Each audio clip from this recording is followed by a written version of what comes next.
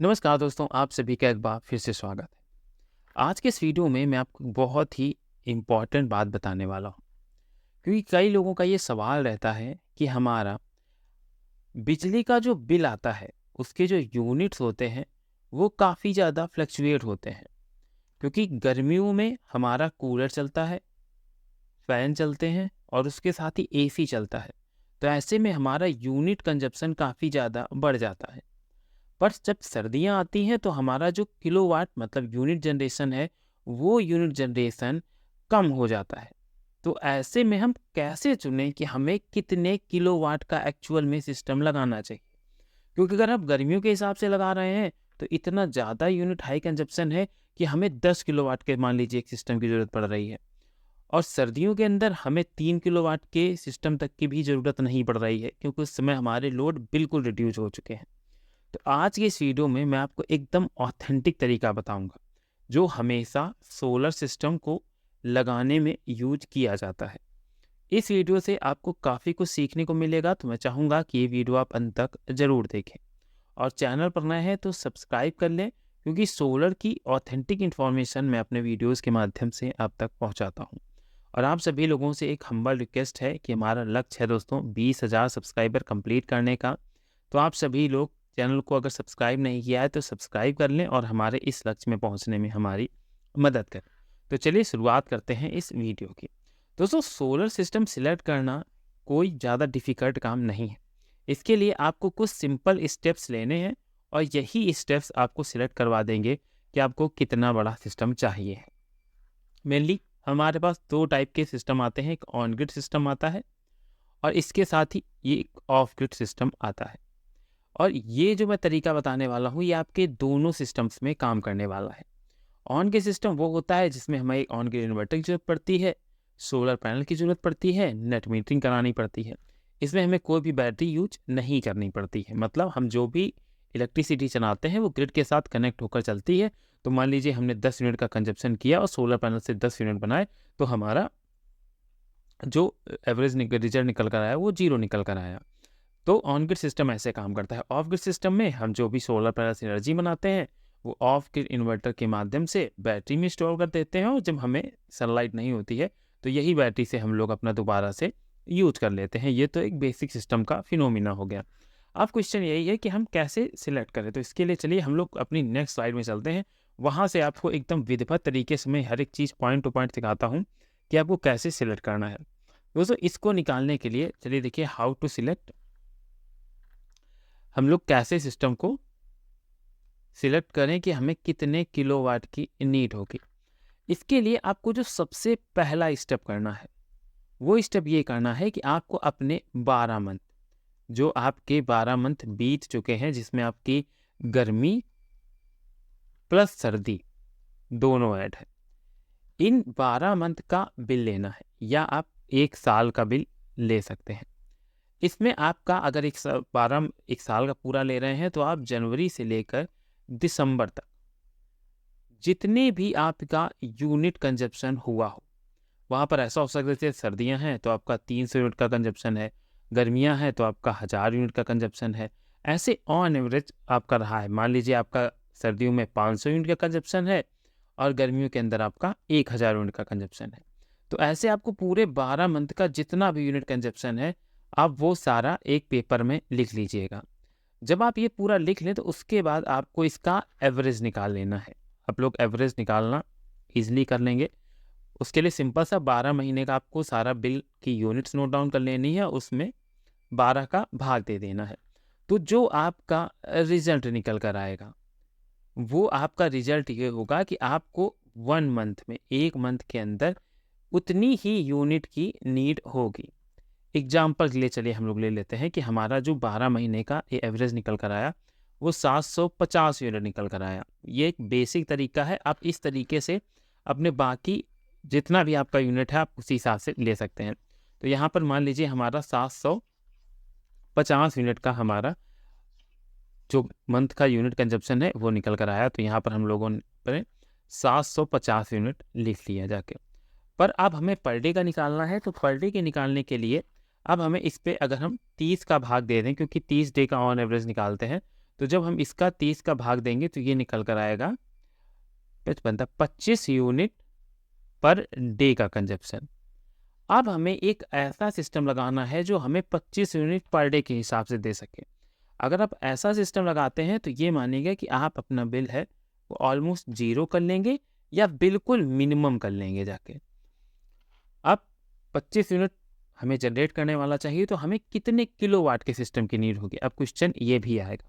तो दोस्तों इसका एक बिल्कुल सीधा सीधा फिनोमिना है जो हम लोग अक्सर सोलर सिस्टम में यूज करते हैं कि अगर आप 1 किलोवाट का सोलर पैनल लगाते हैं, अगर आपने पॉली का पैनल लगाया हुआ है तो पॉली का 1 किलोवाट का पैनल आपको 4.25 यूनिट की एवरेज जनरेशन दे देता है।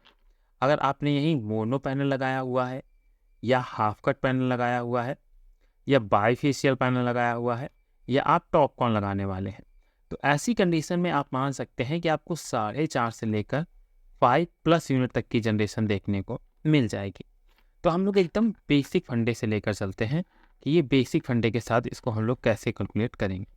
तो अगर हम मान लीजिए दोस्तों 5 यूनिट भी ले लेते हैं, चलिए हम लोग मैक्सिमम वैल्यू ले लेते हैं कि हमारा 1 किलोवाट का सिस्टम अच्छी टेक्नोलॉजी का है तो एक अच्छे सन्निडे में 5 यूनिट की जनरेशन कर रहा है, तो हमें 25 यूनिट के हिसाब से देखना है। तो हमारा जब हम 5 का भाग इसमें देंगे तो वो निकल कर आएगा 5 किलोवाट। तो मतलब हमें एक 5 किलोवाट के सोलर सिस्टम की नीड होने वाली है, जो सिस्टम हमारा अप्रॉक्सीमेटली हमारी जो पर डे की 25 यूनिट की नीड है, इस नीड को फुलफिल करने का काम करेगा। अब ये तो हो गया, हमने अपना सिस्टम लगा लिया। और अब दोस्तों इस बार भी 2 चीज़ें आपको मिल जाएंगी। एक पहली चीज़ मिलेगी जाके, जैसे मान लीजिए आपने एक 5 किलोवाट का सिस्टम लगाया है, तो 5 किलोवाट का सिस्टम अगर आप ऑन ग्रिड सिस्टम लगा रहे हैं, ऑन ग्रिड सिस्टम जिसमें हमारी कोई भी बैटरी प्रयुक्त नहीं हो रही है, तो वहाँ पर हमें सरकार से सब्सिडी भी मिल जाएगी। अब इस सब्सिडी को अप्लाई करने के लिए पहले हम लोग जाते थे solarrooftop.gov.in की वेबसाइट पर। अब हमें जाना है PM सूर्य घर .gov.in की वेबसाइट। आप यहाँ पर जाकर सारे जो डॉक्यूमेंट्स हैं वो भर सकते हैं। उसके बाद आपके एरिया में फिजिबिलिटी टेस्ट होगा, सरकार करवाएगी। अगर आपके यहाँ सुटेबिलिटी पाई जाती है तो आपका जो सोलर है उसके लिए वेंडर की लिस्ट दे दी जाएगी। आप उसमें से अपने लिए वेंडर को सिलेक्ट कर सकते हैं और वो वेंडर आपका सोलर सिस्टम इंस्टॉल कर देगा। ये सब हो जाने के बाद आपको सब्सिडी मिलेगी, मतलब आपको जब पूरा प्रोसेस आपका कंप्लीट हो जाएगा उसके बाद ही आप सब्सिडी आपको मिलेगी। आपको पहले कोई सब्सिडी नहीं मिलने वाली है। ये तो ऑन ग्रिड सिस्टम का हो गया।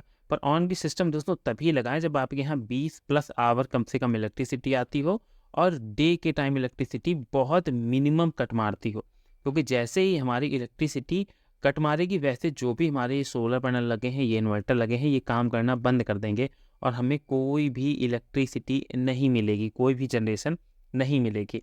तो 20 घंटे प्लस इलेक्ट्रिसिटी आती है तो आपके लिए ऑन ग्रिड सिस्टम एक बेस्ट रहेगा। पर अगर आपके यहाँ 20 घंटे से कम इलेक्ट्रिसिटी आती है तो ऐसे में आप ऑन ग्रिड सिस्टम की तरफ ना जाएं तो ज़्यादा अच्छा है। यहाँ पर हमें कुछ इसके डिसएडवांटेज तो देखने को मिलेंगे। जैसे मान लीजिए हमने ऑफ ग्रिड सिस्टम लगाया है तो ऑफ ग्रिड सिस्टम के अंदर हमें कोई भी सब्सिडी नहीं मिलेगी। यहाँ पर कोई सब्सिडी नहीं मिलेगी और ये सिस्टम हमारा ग्रिड के साथ कनेक्ट होकर नहीं चलेगा। पर जैसा इसका एक डिसएडवांटेज है तो वैसा इसका एक एडवांटेज भी ये है कि यहाँ पर हमारे जो सोलर पैनल लगे होंगे, ये सोलर पैनल डे के टाइम हमारे अगर सनी डे है तो अच्छी जनरेशन करके देंगे। ग्रिड आए और या ना आए उससे हमें कोई फ़र्क नहीं पड़ता, क्योंकि हम सोलर से जो भी एनर्जी जनरेट करेंगे वो इन्वर्टर के माध्यम से अपनी बैटरीज के अंदर स्टोर करके रख लेंगे। और जब इलेक्ट्रिसिटी मतलब सनलाइट रात में ख़त्म हो गई उसके बाद हम इन्हीं बैटरी के माध्यम से अपना बैकअप ले लेंगे। अगर आपको बैकअप ऑफ ग्रिड में देखना है कैसे कंजप्शन करना है तो आपको इसके लिए पूरा एक डिटेल अपना चार्ट बनाना पड़ेगा कि डे के टाइम हम क्या क्या लोड चलाते हैं और नाइट के टाइम मान लीजिए हमें अगर 1.5 टन की AC चलानी है करीब 6 घंटे या 8 घंटे तक, तो ऐसे में हमें अपना जो बैटरी का स्टोरेज है उसको बहुत ध्यान से डिज़ाइन करना होगा। और ऐसे में मैं कहूँगा कि आप किसी सोलर एक्सपर्ट की मदद ले सकते हैं। वो आपके बैटरी की डिज़ाइन को, जो कितनी नंबर ऑफ बैटरीज की ज़रूरत होगी उनको सिलेक्ट कराने में आप काफ़ी हेल्प करेगा। क्योंकि रात में अगर हमें एसी चलाना है, रात में हमें फ्रिज चलाना है, टीवी चलाना है, तो ऐसे में हमें बैटरी बैंक की रिक्वायरमेंट होगी, क्योंकि रात के टाइम तो धूप होने वाली है नहीं। हाँ, दिन के टाइम अगर आप 5 किलोवाट का सिस्टम लगाए हैं, तो अगर आप 2 भी 1.5 टन की एसी उस पर चलाते रहेंगे, तो आपको कोई दिक्कत नहीं आएगी। पर उसी के हिसाब से नंबर ऑफ पैनल भी हमें सिलेक्ट करने पड़ेंगे, उसी के हिसाब से हमें अपना बैटरी बैंक भी देखना पड़ेगा। तो ये थोड़ा-सा कॉम्प्लिकेटेड हो सकता है कि अगर आपको सोलर की नॉलेज ज़्यादा नहीं है, तो इसके लिए आप एक प्रॉपर अपना सोलर सिस्टम किसी एक्सपर्ट से डिज़ाइन करवा सकते हैं, जिससे वो आपको सबसे बेस्ट सिस्टम डिज़ाइन करके दे। और आपको बाद में ये प्रॉब्लम ना हो कि मैंने 5 किलोवाट का 48 वोल्ट का सिस्टम लगवा दिया, पर अब मेरी नाइट के टाइम एसी 4 से 5 घंटे बाद बंद हो जाती है। तो इन समस्याओं से बचने के लिए आपको एक्सपर्ट की मदद लेनी पड़ेगी। और दूसरी चीज़ कि आपको ऑफ ग्रिड सिस्टम है, वो ऑन ग्रिड की तुलना में थोड़ा-सा महँगा पड़ेगा। थोड़ा-सा नहीं दोस्तों, काफ़ी महँगा बोलूँगा मैं, क्योंकि बैटरी एक मेंटेनेबल आइटम है। हमने अगर एक बार ऑन ग्रिड सिस्टम लगवा दिया, तो उस सिस्टम को लगाने के बाद हमें अब 25 साल तक कुछ भी नहीं करना। अगर हमारे इन्वर्टर में या बैटरी में कोई फ़ॉल्ट आती है, सॉरी बैटरी कह रहा हूँ, इन्वर्टर में फ़ॉल्ट आती है, पैनल में कोई फ़ॉल्ट आती है, तो ही हमें उसमें एडिशनल ऐड ऑन करना पड़ता है, पर हमें इसके अलावा और कोई खर्च नहीं करना पड़ता। पर ऑफ ग्रिड के सिस्टम के अंदर क्या है कि 5 साल के अंदर हमारी बैटरी ख़राब हो जाती है अगर हम टार ट्यूब लगाते हैं। आप यहाँ पर लिथियम भी लगा सकते हैं जो 10 प्लस साल चलती हैं। तो ऐसी सारी चीज़ें आपका इंजीनियर ही आपकी हेल्प कर पाएगा। पर मैंने यहाँ पर इस वीडियो को बनाने का मेन उद्देश्य था कि आप सिलेक्ट कर सकें कि हमें अपने लिए कितने किलोवाट का एक्चुअल में सिस्टम चाहिए होता है। तो अगर आपको ये वीडियो समझ में आया था, तो दोस्तों वीडियो को आप लाइक ज़रूर कर दीजिएगा। और अगर आपने चैनल पर नए थे तो सब्सक्राइब करिएगा, क्योंकि हमारा लक्ष्य है 20,000 सब्सक्राइबर कंप्लीट करने का, जिसमें बिना आपके योगदान के ये चीज़ संभव नहीं हो सकती है। और ऐसी ही जानकारी के लिए आप चैनल पर बने रहिएगा। मैं आपके लिए सोलर की ऑथेंटिक और आपकी यूज़फुल की इन्फॉर्मेशन आपको देता रहूँगा। तो चलिए मिलते हैं नेक्स्ट वीडियो में किसी नई अपडेट के साथ। तब तक के लिए जय हिंद।